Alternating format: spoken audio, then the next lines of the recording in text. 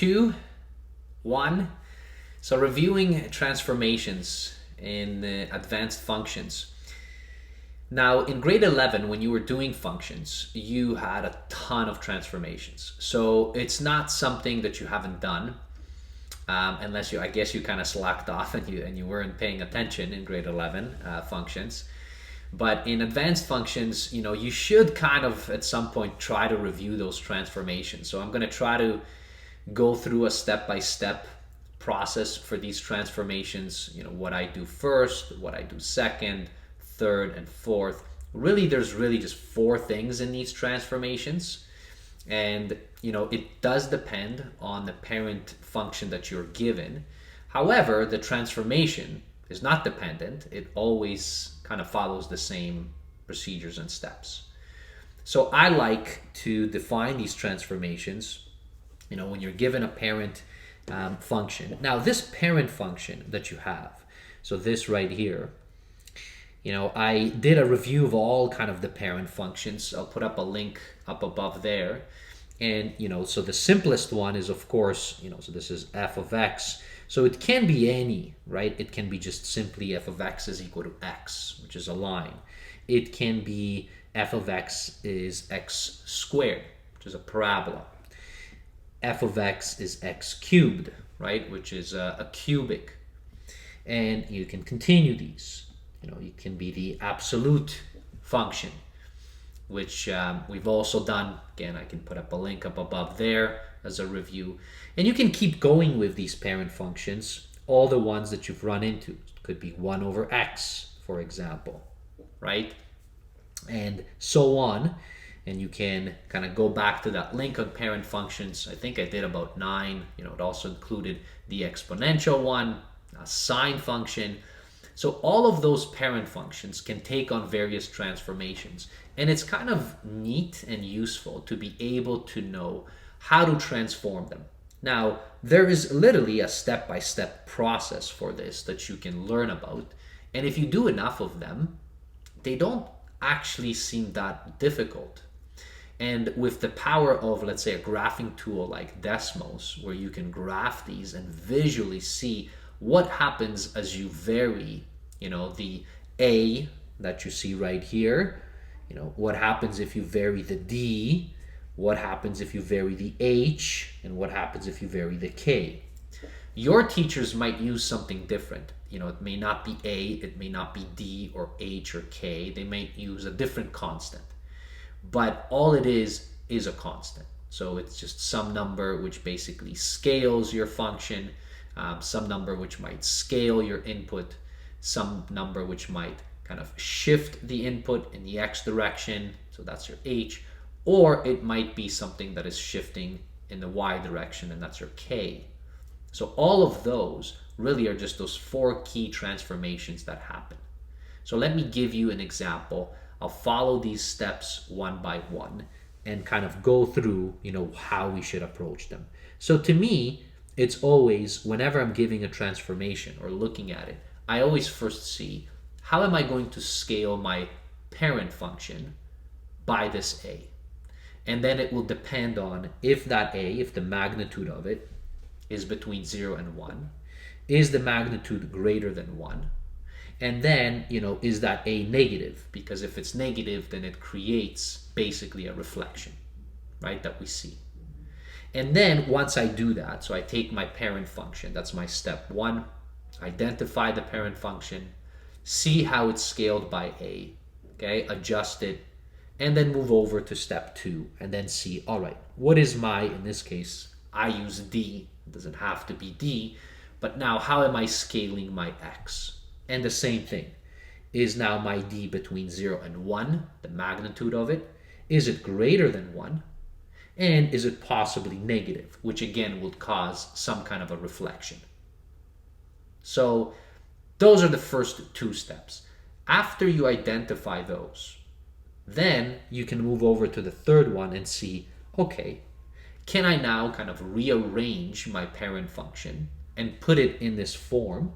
Okay, so in this form right here, so that I separate the D from the X minus the H, and then I take the H and then I just say, all right, am I moving this to the right or am I moving it to the left, right? And I do that by whatever amount they tell me. And then my last step is always, let me see this final k. So if my parent function now gets shifted by this k, then does it go up or does it go down? And all the transformations, no matter what parent functions you pick, are going to do exactly the same thing. So I'm going to pick arbitrarily, maybe 2 or 3 parent functions, and then show you that it's the same exact process. So let's imagine someone comes along and says, here are the transformations. So it's 0.5, multiplying my function f. Now I am scaling my input so that it's negative 2x plus 5. And then I'm going to be shifting it minus 3. Now, what's the parent function? What am I applying it to? It doesn't really matter. So we can pick it arbitrarily. So let's say that for my parent function, I would pick, let's imagine x squared. That's what I would pick. So meaning that my f of x is equal to x squared. And now what I'm doing to this is first I am scaling it, all right? I'm multiplying it by 0.5. So what that would mean is I would take that and I would say, okay, so I'm going to take my function x squared and now I'm going to multiply it by 0.5, which is going to be that. What would that do to my function? Now, of course, if I take that, so this would have been my step 1. Of course, I can create a table of values, or I can cheat, I can put it into Desmos or other graphing tools.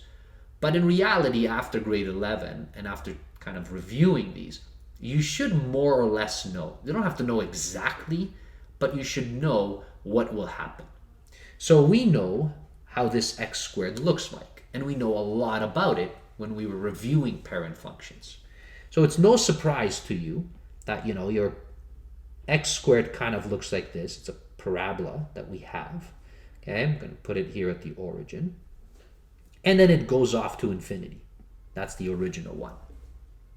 Now, if I would scale this by 0.5, all right, then if I go back in here, I'm going to kind of copy this down.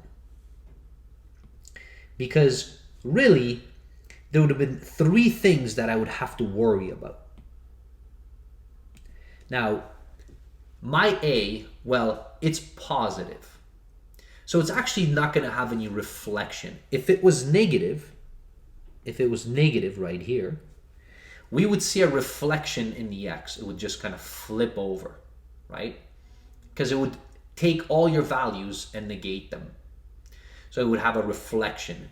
But in this case, it's positive, so it's still going to be pointing upwards. Now, because the magnitude of it is between 0 and 1, in this case it's 0.5. So what does that do to my function? Well, you can imagine that we're basically scaling by a half. That's what 0.5 is. So my original one should get compressed. It should get smaller in some way. So that means that if I was trying to draw this in some way, this thing would get pushed down, right? So it would look like it's getting pushed down. So it's like it's getting compressed in some way like this. Now, I'm not going to draw it exactly how it is, but that's how the compression will look. So it compresses it in the y. So it just kind of shrinks it down, right? And that's my step 1. If it was greater than 1, like 2 or 3, doesn't matter, 1.5. What that would mean is that my original values at the x that I had now would get bigger because I'm scaling it by more than 1. So it would stretch in the y. So very often, you may recall that when we were doing this in grade 11, and when I was doing this for the videos, I would often say that here, this is like a compression. So it compresses it down in the y.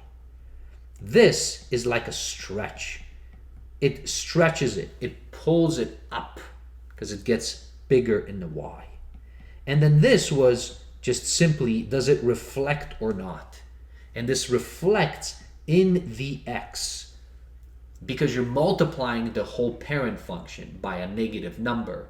So whatever values you had now basically get negated. So it just flips over in the x. That's what we would have. And this is true for any parent function. It doesn't matter. It doesn't have to be x squared. So that's step one.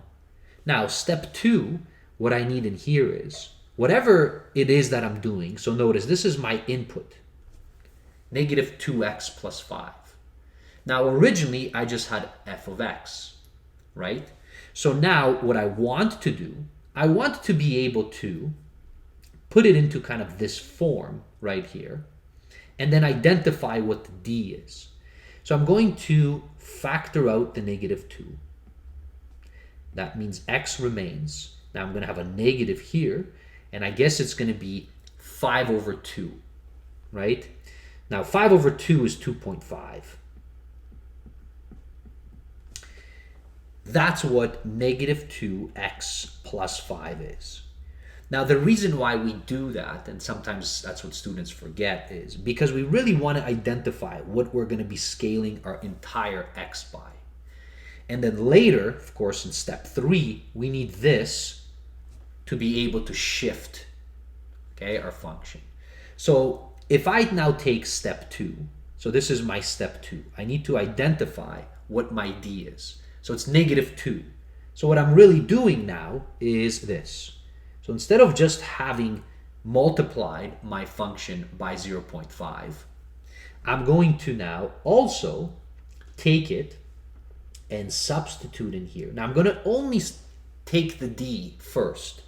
So I'm going to open this bracket. I'm going to say, well, really what I'm doing is I'm taking my x and I'm converting it, I'm changing it and multiplying by negative 2.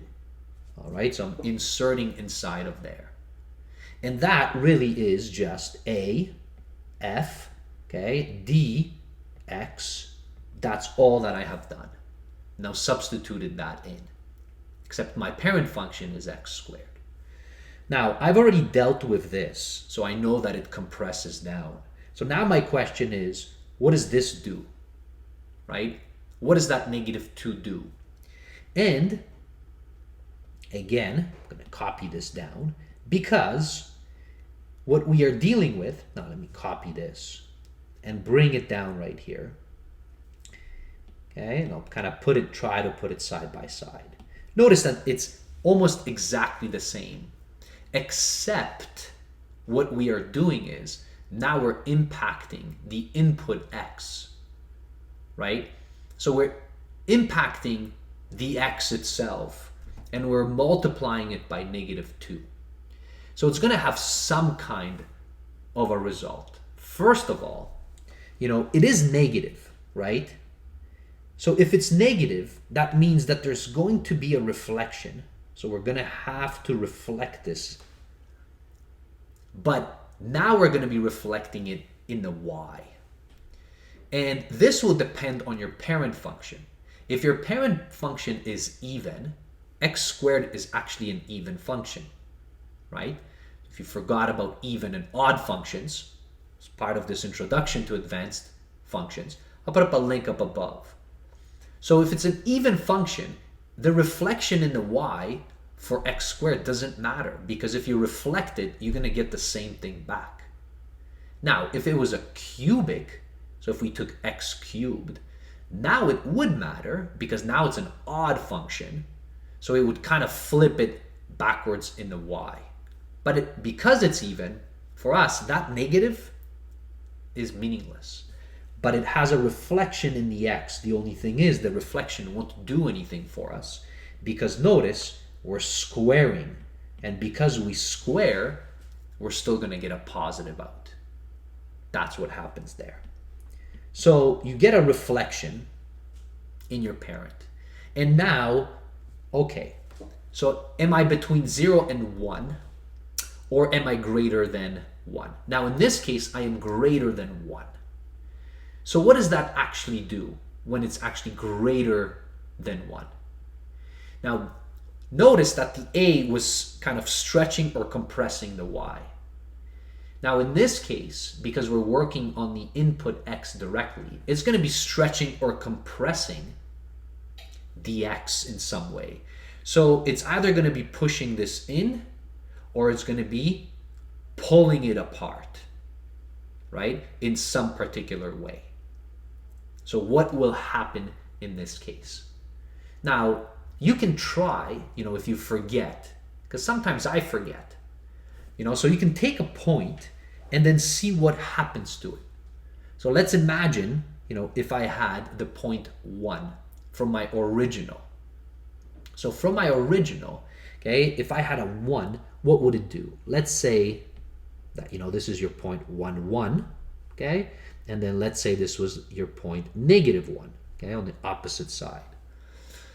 So if you were scaling it by 2, okay, so what would happen to this? So at this point, if it was 1, right, and I substituted it back in, and now I multiplied it by 2, so what would happen to that point? Well, notice 2 times 1 would have been 2, and I'm squaring it, and all of a sudden, this kind of blows up. So what happens is this point is going to get kind of shifted out this way, or if you're thinking in terms of the x, that means that because it's going to be 4, the answer, so that means that these points get pushed in this way. So like there's like a compression in the x. It pushes it this way, which will look like it's getting stretched out in the y. So here what we have is, we have a compression in the x, where it moves these things in, okay? It will push it in this direction. All right, so our original that we worked on the A, now all of a sudden we know that these are going to get compressed in this direction. So we're almost like going to be returning back. We're going to be trying to get it back into this way. And this is for all your parent functions. So I know it's going to look something like that. Okay, so it's going to get shifted back out, okay, in here. Now I'm going to remove this original one now because it's getting a little too cluttered. So this one is going to get compressed back in. All right, so if it's going to get compressed back in, it's going to look something like that. I'm going to try to put it in here. It's not perfect, but that's what the 2 will do. And now the reflection doesn't matter because it's an even function. So what does that tell me? On the other hand, what if it was between 0 and 1? If it was between 0 and 1, it would actually get stretched out in this way. So it would get stretched out in the opposite way. So this would have been a stretch in the x. Now, of course, we're dealing with 2, or at least -2, but the magnitude is 2. So it's going to get compressed in. So that's what we're going to see right here. And now, so that's my step 2. So I did A. So A, in our case, was a compression in the y. Okay. Our D was now, okay, a compression in the x. So pushed it back into here. And now finally, well, now we have our H. So that's right here. So notice it's 2.5. So that is pretty simple. Now this is only a shift. So for my H, we know that this is a shift. So it will either shift it to the right or it will shift it to the left. And that depends on what H is. The tricky part I find that students forget, and I forget as well, is that we forget, this has to be negative. So our H really is this value right here. So it's 2.5, which is positive. So this thing, okay, I can kind of cheat here. It's going to get shifted by 2.5 in this direction. Right? That's my H. And that's for, again, every parent function. Doesn't matter which parent function it is. And now, finally, your last point, is your k. Now your k, so in this case, we have to take it with the sign. So this was -3, which means it will go down by 3. So I'm going to take this and I can bring it down by 3. So it's going to look somewhere over there. It's going to get shifted. It's almost like your vertex kind of gets shifted out, right?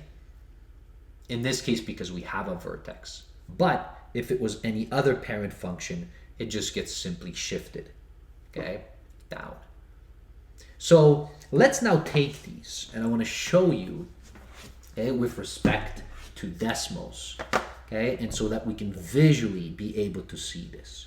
So I'm going to pop up Desmos, and again, try to remind you on how to use Desmos for these.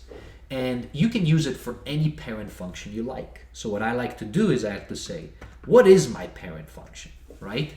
If they give that to us. Now in our case, it was x squared. That's my parent function. And now next, in the next line, I like to approach it from the viewpoint of the transformations. So multiply, so I'm going to say a, okay, f of x, okay, because that is my first. So if this was the only thing that I would have, notice in our case, what were we doing? We were scaling it by 0.5. So I'm going to put here 0.5. And notice it's kind of the compression, right? That means each point gets kind of shifted down. So if I do this, right, you can see that compression because it pushes it down. That was my A. Now, if I remove this, and let's say I was only working on the D, right? So I have a dx. Now it's inside of there. I'm going to put that in here. Now my D, in this case, so that was -2 right there. So notice what has happened. So in this case, okay, so for my -2, and if I put -2 right there, so notice, go back, this is my original, and now my -2 gets adjusted. So what happens? Gets pushed in, okay? And you will see that all the time. Now let me put both of them up there. I'm going to put A, all right, and my D. And now I can, because I have this slider, you can actually see what happens. So I'm going to put D at 1, and then I'm going to be sliding this. So notice the compression down when it's between 0 and 1, and then, okay, the stretching out when you have that, when it gets bigger than 1. Now, if it was negative, remember what we said, it's going to flip, right? There's going to be a reflection, okay, in my x. And again, there is a kind of a, when it's between 0 and 1, we have this kind of compression, and then we have a stretch when it's beyond magnitude of that. Now for us, again, it was just 0.5. You can put it at that. And here, okay, so notice what happens, right? So the reflection happens when we go negative, but because it's an even function, all right, then we don't see that reflection directly. And now finally, so if I go back in here, I'm going to put this dx minus h. So that's going to be my shift. And then plus my k. I'm going to put all of them in here now. So how am I going to be shifting these? So if I will go back to the original, so I have 2.5 and then -3. So if I 2.5, so 2.5, so notice shifts it this way, and then -3, okay, will shift it down. So let me zoom in here so that you can see, and this point right here right, was the shift and down. Now, what if you had a different parent function? Would it be any different? The answer is no. It's going to be exactly the same process. For instance, now my parent function would have been 3. So notice the red, what you see is that's your parent function. And then the blue that you see on the screen is basically your transformed. So starting from A, 0.5, right? That means it would have been compressed down. Okay, so I'm going to just show you. Let's zero these off. That's my H, that's my K. Put this at 1. All right, let's put this at 1. And now let's put it at 0.5. Right? That's your compression. It means you take the points and now they're going to be shifted down. So it compresses it in. My D, which was -2, now the negative, now we will see a reflection because it's an odd function. So it's going to get flipped over in the Y, and it's -2, so that means it should go in. Now I'm going to put it at 2, okay? Just want to show you what happens. That's 2 because it means it gets compressed in the X. And now making it negative does your reflection. Your H, which was 2.5, is now just a shift, so it shifts it over. And your K was -3, and it shifts it down. So no matter what parent function you deal with, the process is going to be identical. Identical all the time. Now, what if this wasn't that? Let's say it was the absolute value function.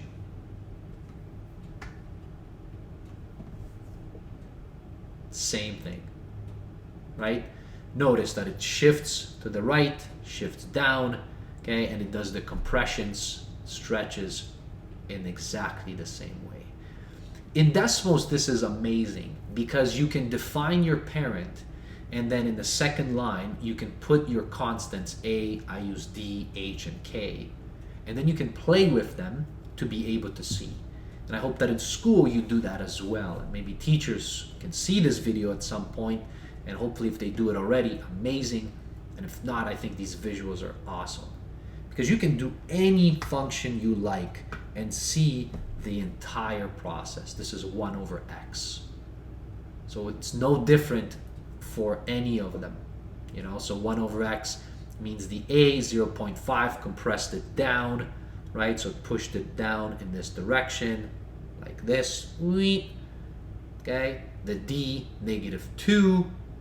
Okay, so what will happen is there's going to be a reflection, so it flips over, and then also because of the 2, so there's now compression in this way, so that's what you see there. And then the shift, right? So you notice that the blue is now shifted 2.5 and 3 down. Doesn't matter what you use, honestly, they're all going to be the same. So I'll take it, I can even take square root. There you have it. So it's amazing if you can learn and just recall these transformations for yourself and then utilize Desmos as needed. Okay? And that's why here, you know, I put whatever parent function you like. Just please remember, you know, what they do. And here's your summary. And then finally, I guess for your K, this is the same thing, but it's a shift either down or up. And that's it. All right? I won't go any further than that. I think as a review, try to go slow. Please try it yourself. Play around with any parent function you like, and that's what you would see. Thanks for watching. See you in a future video. Bye, everybody.